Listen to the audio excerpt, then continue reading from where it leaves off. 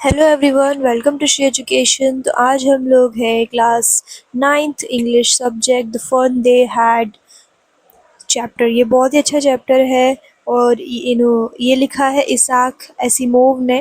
तो आज हम लोग इसे बहुत ही सिंपल वे में अच्छे से बहुत कम टाइम में समझेंगे। So let's start.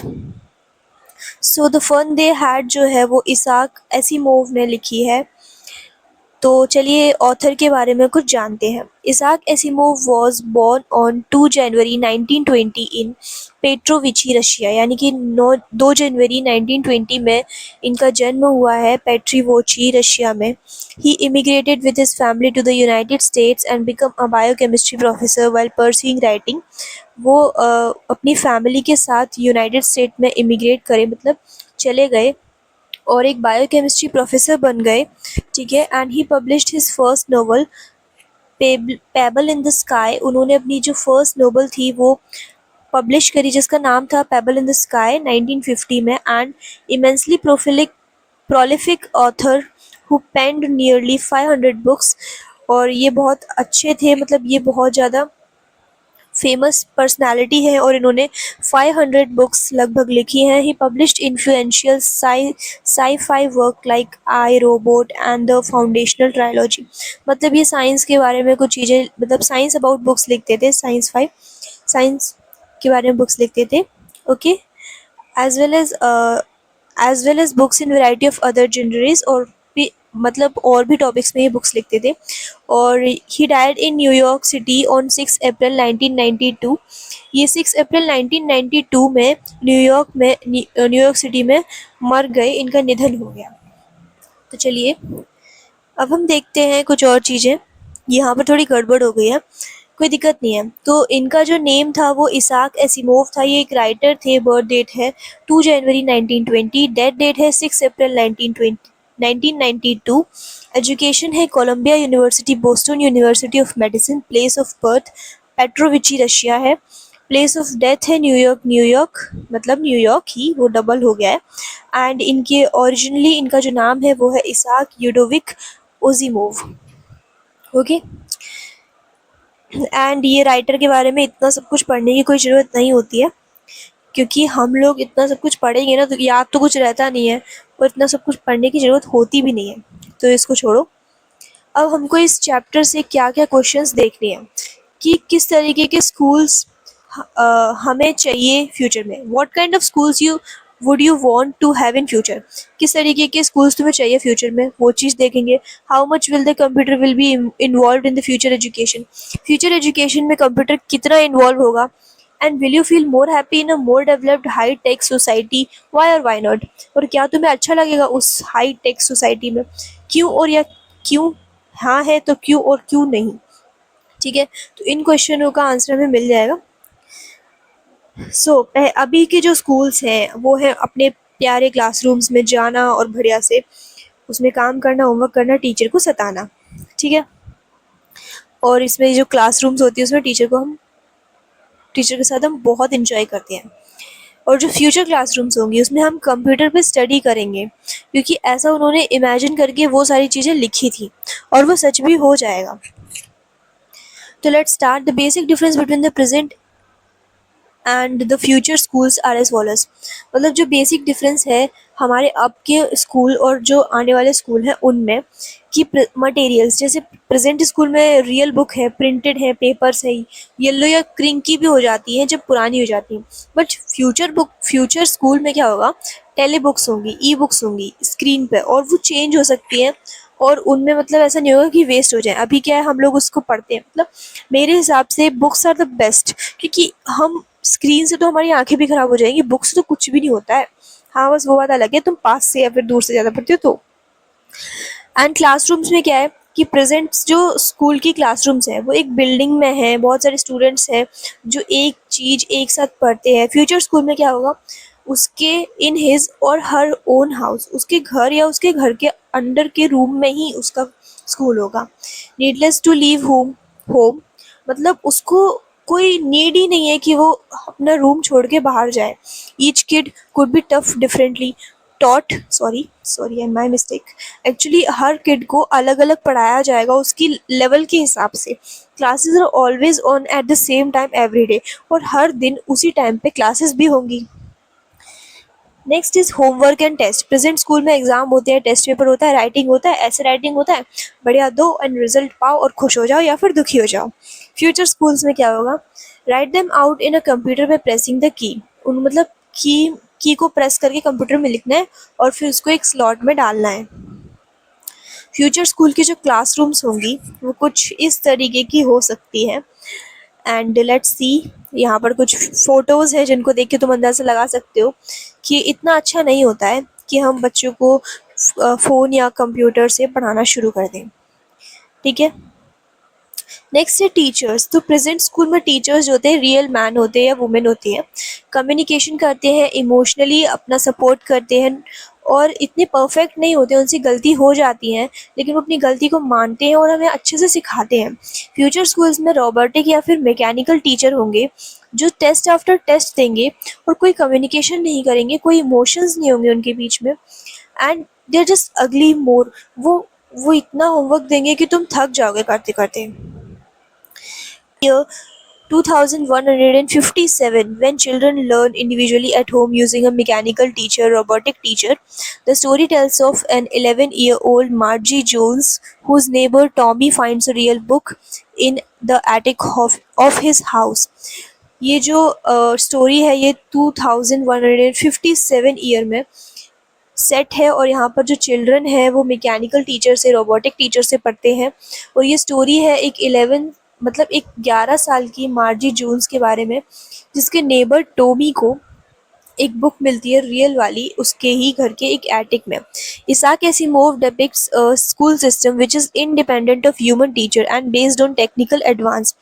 मतलब जो हमारे राइटर हैं उन्होंने हमको बहुत अच्छे तरीके से बताया है कि ह्यूमन टीचर और मतलब टेक्निकल एडवांसमेंट में क्या अंतर है। In this system there are no human mistakes and it is perfect way to give every children the same knowledge and information as per his level. इसमें क्या होता है, कोई गलती नहीं करता है, जैसे इसमें कोई ह्यूमन मिस्टेक्स नहीं होती, ये कोई गलती नहीं करता और हर बच्चे को उसके लेवल के हिसाब से पढ़ाया जाता है। ठीक है, but there are some disadvantages too. लेकिन इसके बहुत सारे मैं सम नहीं बहुत सारे डिसएडवांटेजेस होते हैं। देखो, human peoples do not learn like a computer. Human के जो बच्चे होते हैं वो मतलब एक कंप्यूटर की तरह नहीं सीखते हैं। और I think learning has to be a kind of fun, otherwise the probability of forgetting is higher. मतलब लर्निंग को तो फन की तरह लेना चाहिए, अगर हम उसमें वैसा बोझ समझेंगे तो फिर भूलने के चांसेस ज़्यादा रहते हैं। Studies have come to the result that you can learn things. Study तो हम इसलिए करते हैं, पढ़ाई तो हम इसलिए करते हैं ताकि हम कुछ सीख पाए ना। ओके ओके, अगर हम पढ़ते पढ़ते खेलेंगे, हंसेंगे, थोड़ा सा मस्ती मूड में रहेंगे तो हम अच्छे से सीख पाएंगे। नेक्स्ट है आपके पास, another disadvantages is that there is no social, moral और emotional development like at school in past। यानी कि जब पहले के टाइम पे सोशल था, मोरल था, इमोशनल डेवलपमेंट होता था, लेकिन अभी ऐसा कुछ भी नहीं है। Learning with friends at school can be a motivation. अगर हम अपने दोस्तों के साथ सीखते हैं तो वो एक मोटिवेशन होता है कि इसके मार्क्स कैसे ज़्यादा आ गए, मेरे आने चाहिए, ऐसा कुछ। तो एट स्कूल टुडे, आज के स्कूल में क्या होता है, जो बच्चे हैं वो अपने कम्युनिकेशन को इम्प्रूव नहीं कर पाते और अपने बिहेवियर को इम्प्रूव नहीं कर पाते। In Asimov's future vision, there are no human teachers who can give moral values to the children। और उनकी फ्यूचर विजन में यहाँ पर कोई ह्यूमन टीचर नहीं है जो मोरल वैल्यूज़ दे सके चिल्ड्रंस को। Giving moral value is the duty of their parents and teachers because a mechanical teacher cannot give moral values। और इसीलिए वो रिस्पॉन्सिबिलिटी पूरी पूरी पेरेंट्स पे आ जाती है। जबकि आज के समय में अगर हम 2025 में देखें तो आज के समय में हमारे टीचर्स एक बहुत बड़ा रोल प्ले करते हैं हमें मोरली स्ट्रॉन्ग बनाने के लिए, और हाँ, गलत काम नहीं करने हैं। सो यहाँ पर देखते हैं क्या है। I think the story, the fun they had is very interesting. It shows how the world could be in 2157 when everybody owns a machine teacher. Isaac Asimov's representation of a non-desirable school of the future gives you food for thought how school should be and how much computer determine our lives. So in my opinion it is an excellent story. सो यहाँ पर कुछ है नहीं है, बस हमें story देखनी थी। उसकी समरी फटाफट से देख लेते हैं क्योंकि पूरी स्टोरी तो आपको एनसीईआरटी पढ़ के समझ में आएगी और काफ़ी चीज़ें ऐसी होती हैं जो हमें नहीं देखनी होती हैं। की पॉइंट्स को ध्यान में रखिए, उनको एग्जाम में लिख के आइए, फुल आउट ऑफ फुल पक्के हैं। चलिए, the story takes us to the world of future where computers will play a major role in the field of education. Books in schools as we know now will perhaps not exist. ये हम देख चुके हैं। The story opens with Margie writing in her diary about an old book that Tommy had found. मार्जी जो है एक लड़की है 11 साल की, वो अपनी डायरी में लिख रही होती है कि टॉमी को एक बुक मिली है। Margie was reminded of her grandfather who had once talked about his grandfather who went to an actual school where the students were taught by human teachers. Tommy was 13 years old and Margie was of 11. Tommy की as 13 है, मार्जी की 11 है। उनके जो grandfather थी ये book उनकी है क्योंकि वो स्कूल में पढ़ने जाया करते थे at his time. Okay, and they found many strange things in this book, और उन्हें उस बुक में बहुत सारी स्ट्रेंज थिंग्स लगी। One of the strangest things was that after reading the book, मतलब उस बुक को पढ़ने के बाद उन्हें बहुत सारी चीज़ें स्ट्रेंज मिली, और वो क्या थी वो हम देखते हैं। However Margie and Tommy lived in the future world, वो फ्यूचर वर्ल्ड में रह रहे हैं जहाँ पर education was completely computerised. They did not go to school, instead they had a special study room where a computer taught them.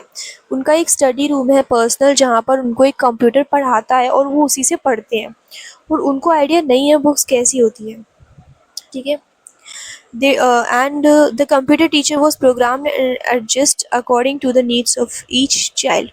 और जो computer teacher है वो उन्हीं के हिसाब से एडवांस, मतलब उन्हीं के हिसाब से एडजस्ट होता है, प्रोग्राम होता है, और वो उससे पढ़ते हैं। The pages of the book they found were yellow and crinkly. जो बुक उन्हें मिली उसके पेजेस येलो थे, क्रिंकली थे, मतलब थोड़े से कड़क टाइप के थे एंड थोड़े येलोइश हो गए थे। Margie and Tommy found it funny to read the words that did not move like they moved on the screen. क्योंकि वो लोग वर्ड्स को पढ़ते थे कंप्यूटर में तो वो मूव होते थे, बट यहाँ पर वर्ड्स जो है वो मूव नहीं हो रहे थे।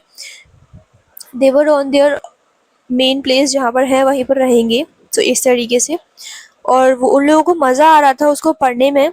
when they turned back to the page before it still the same words on it, और जब उन्होंने पीछे का पेज पलटा तो वहाँ पर वही शब्द थे, तो ये चीज़ उन्हें बहुत अच्छी लगी।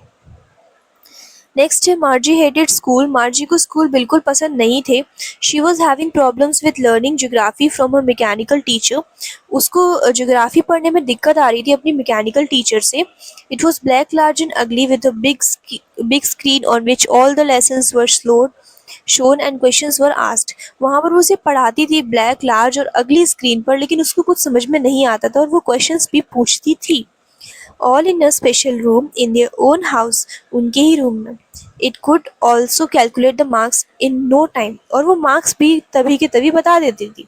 मार्जी hated the slot where she had to insert her homework और टेस्ट पेपर्स। मार्जी को सबसे ज़्यादा बेकार चीज़ लगती थी वो स्लॉट जहाँ पर उसे अपना होमवर्क या टेस्ट पेपर्स डालने पड़ते थे।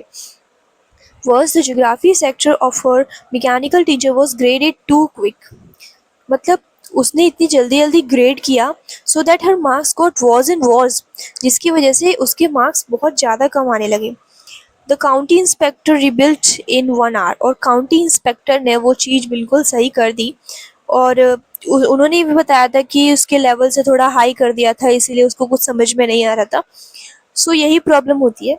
Okay, both Tommy and Margie wondered at the book found.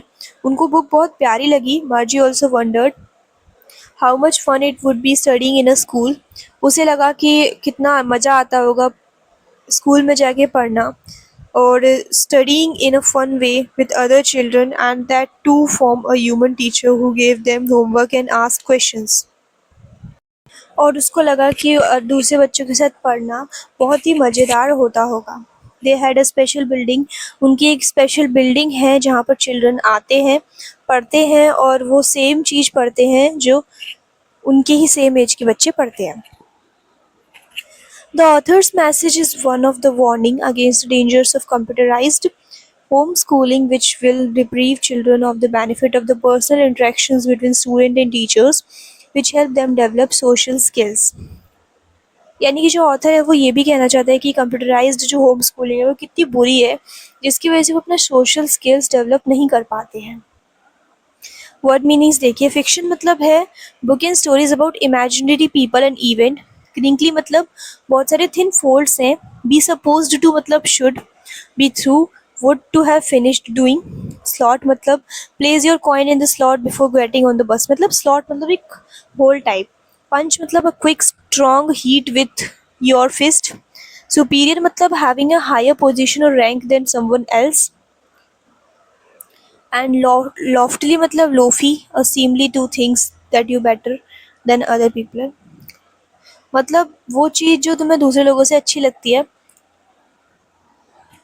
मतलब खुद तुम उनसे बेटर हो ऐसा फील करना। डिस्प्यूट मतलब serious disagreement between two countries और two group of people, dispute हो जाता है भाई, लड़ाई झगड़ा। आर्ग्यू मतलब लड़ना, do disagree with someone in words often in an angry way. Tuck मतलब to push the edge of a cloth or a paper into something, मतलब एक किसी पेपर या फिर क्लॉथ के कॉर्नर को किसी चीज़ में फंसा देना, टक। ओके, अब कुछ क्वेश्चंस तुम लोगों से कि मारी एंड टॉमी कितने साल के थे, और मारी अपनी सॉरी और what did मार्जी right in her diary, मार्जी अपनी डायरी में क्या लिखती थी, और how मार्जी ever seen a book before, had Margie ever seen a book before, what are three things about the book did she find strange, and what do you think a telephone is, telebook is, where was Margie's school, did she have any classmates, what subjects did Margie and Tommy learn. So this was our today's video. Thank you so much for watching, and just do one thing, in questions के answer मुझे comment section में देना। अगर आए तो बहुत अच्छी बात, अगर नहीं आए तो फिर मैं कुछ नहीं कर सकती, बस थोड़ी सी मेहनत करिए।